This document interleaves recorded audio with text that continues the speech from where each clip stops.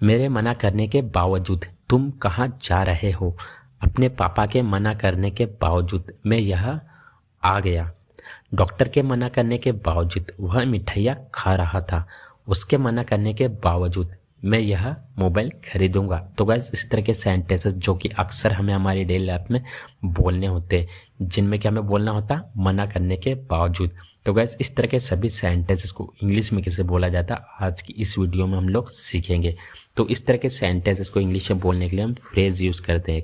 वह है despite my refusal, जिसका हिंदी मीनिंग होता है या मेरे मना करने के बावजूद। तो एक और बात क्लियर करना चाहूँगा, ये जो माँ है यहाँ पे बस मैं आप लोगों को एक्सप्लेन करने के लिए लिखा हूँ। यहाँ पे कोई सा भी पॉजिटिव एडजेक्टिव आएगा तो यहाँ पे गाइस आप देख लेते इसको यूज़ करने का कंप्लीट रूल। तो सबसे पहले बोला जाता है डिस्पाइट, उसके बाद में पॉजिटिव एडजेक्टिव, उसके बाद में रिफ्यूज़ल, फिर कंप्लीट सेंटेंस जो कि किसी भी टेंस में हो सकता है। तो एक और बात क्लियर करना चाहूँगा, यहाँ पे जो पॉजिटिव एडजेक्टिव है इसमें आएगा his, her, their, are, my etcetera, या फिर किसी व्यक्ति का नाम भी आ सकता है। तो आइए आप कुछ एग्जांपल्स लेते हैं ताकि इसे और बेटर तरीके से सीख सके। मेरे मना करने के बावजूद तुम कहाँ जा रहे हो? Despite my refusal where are you going there? Despite my refusal where are you going there? अपने पापा के मना करने के बावजूद मैं यहाँ आया। Despite my father's refusal I came here. Despite my father's refusal I came here. Doctor के मना करने के बावजूद वह मिठाइयाँ खा रहा था। Despite doctor's refusal he was eating sweets. Despite doctor's refusal he was eating sweets. उसके मना करने के बावजूद मैं यहाँ मोबाइल खरीदूंगा। Despite his refusal I will purchase this mobile. Despite his refusal I will purchase this mobile. Teacher के मना करने के बावजूद बच्चे क्लासरूम के बाहर खेल रहे थे।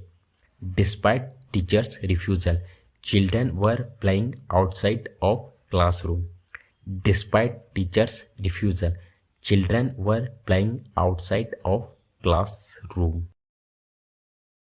मुझे खाना बनाना पड़ रहा है। आजकल उसे बाजार जाना पड़ रहा है क्योंकि उसका भाई बीमार है। हमें बहुत सारी समस्याओं का सामना करना पड़ रहा था। कल मुझे बार बार चिल्लाना पड़ रहा था।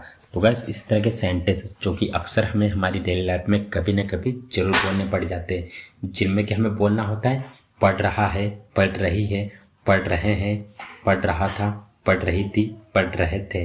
तो गाइस इस तरह के सभी सेंटेंसेस को इंग्लिश में बोलने के लिए फ्रेज यूज़ किया जाता है। वो है हैविंग टू, जिसका हिंदी मीनिंग होता है पढ़ रहा है या फिर पढ़ रही है, पढ़ रहे हैं, पढ़ रहा था, पढ़ रही थी, पढ़ रहे थे। तो गाइस हैविंग टू का यूज़ तब किया जाता है जब कोई काम मजबूरी में करना पड़ रहा हो, उस सिचुएशन में हम हैविंग टू का यूज़ करते हैं। तो आइए इसको यूज़ करने का कंप्लीट रूल जान लेते हैं। तो सबसे पहले बोला जाता है सब्जेक्ट, उसके बाद में बोला जाता है हेल्पिंग वर्ब, हेल्पिंग वर्ब के बाद बोला जाता है हैविंग टू, उसके बाद में वर्ब की फर्स्ट फॉर्म प्लस ऑब्जेक्ट या फिर अदर वर्ड। तो गाइस एक और बात क्लियर करना चाहूँगा, मतलब कि यहाँ पे जो हेल्पिंग वर्ब है इसमें आएगा इज, एम, आर। अगर पास्ट में हुआ तो वाज वर्ब का यूज़ करेंगे। तो आइए आप कुछ एग्जांपल्स लेते हैं ताकि इसे और बेटर तरीके से सीख सके। मुझे खाना बनाना पड़ रहा है। I am having to cook food. I am having to cook food. आज उसे बाजार जाना पड़ रहा है क्योंकि उसका भाई बीमार है। She is having to go to market today because her brother is ill. She is having to go to market today because her brother is ill. हमें बहुत सारी समस्याओं का सामना करना पड़ रहा था। We were having to face a lots of problem. मुझे बार बार चिल्लाना पड़ रहा था। Yesterday I was having to shout again and again. Yesterday I was having to shout again and again. मुझे यह काम करना पड़ रहा है। I am having to do this work. I am having to do this work. खाने के मामले में यह होटल अच्छा नहीं है। बोलने के मामले में वो शर्मिला है। एक्टिंग के हिसाब से यह मूवी अच्छी नहीं थी। एडवांस स्ट्रक्चर के हिसाब से मेरा चैनल यूज़फुल है।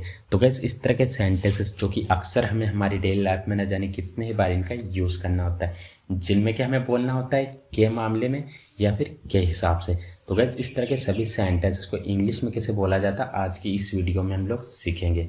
तो इस तरह के सभी सेंटेंसेस को इंग्लिश में बोलने के लिए हम एक फ्रेज यूज़ करते हैं, वो है इन टर्म्स ऑफ, जिसका हिंदी मीनिंग होता है के मामले में या फिर के हिसाब से। तो आइए आप कुछ एग्जांपल्स लेते हैं ताकि इसे और बेटर तरीके से सीख सके।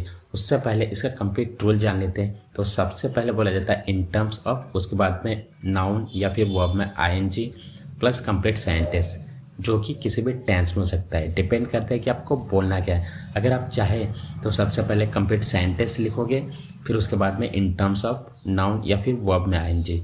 आप किस तरह से बोलते हो, किस तरह से लिखते हो, डिपेंड करता है आप पे। तो आइए आप कुछ एग्जाम्पल्स ले लेते हैं guys.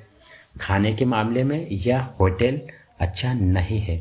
In terms of food this hotel is not good. तो गाइस यहाँ पे कहना चाह रहा है कि खाने के मामले में या खाने के हिसाब से, मतलब यहाँ सर्विसेज अच्छी नहीं है। बाकी चीज़ों की बात करें तो सर्विसेज अच्छी है, बस पर्टिकुलर यहाँ पे किस पे फोकस किया जा रहा है, बस खाने के हिसाब से। मतलब वहाँ पे सारी चीज़ें अप टू द मार्क है, बस खाने को छोड़ करके। बोलने के मामले में वो शर्मीला है। In terms of speaking he is shy. In terms of speaking he is shy. Acting के हिसाब से यह मूवी अच्छी नहीं थी। In terms of acting this movie was not good.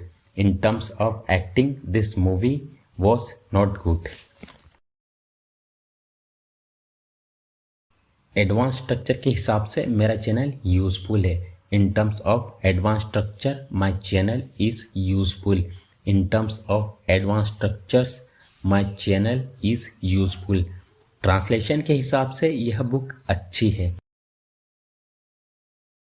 Terms of translation this book is really nice. हिसाब से वो गरीब है। In terms of money he is poor. In terms of money he is poor. एक बात बोलूं, वो तुमसे झूठ बोल रहा है।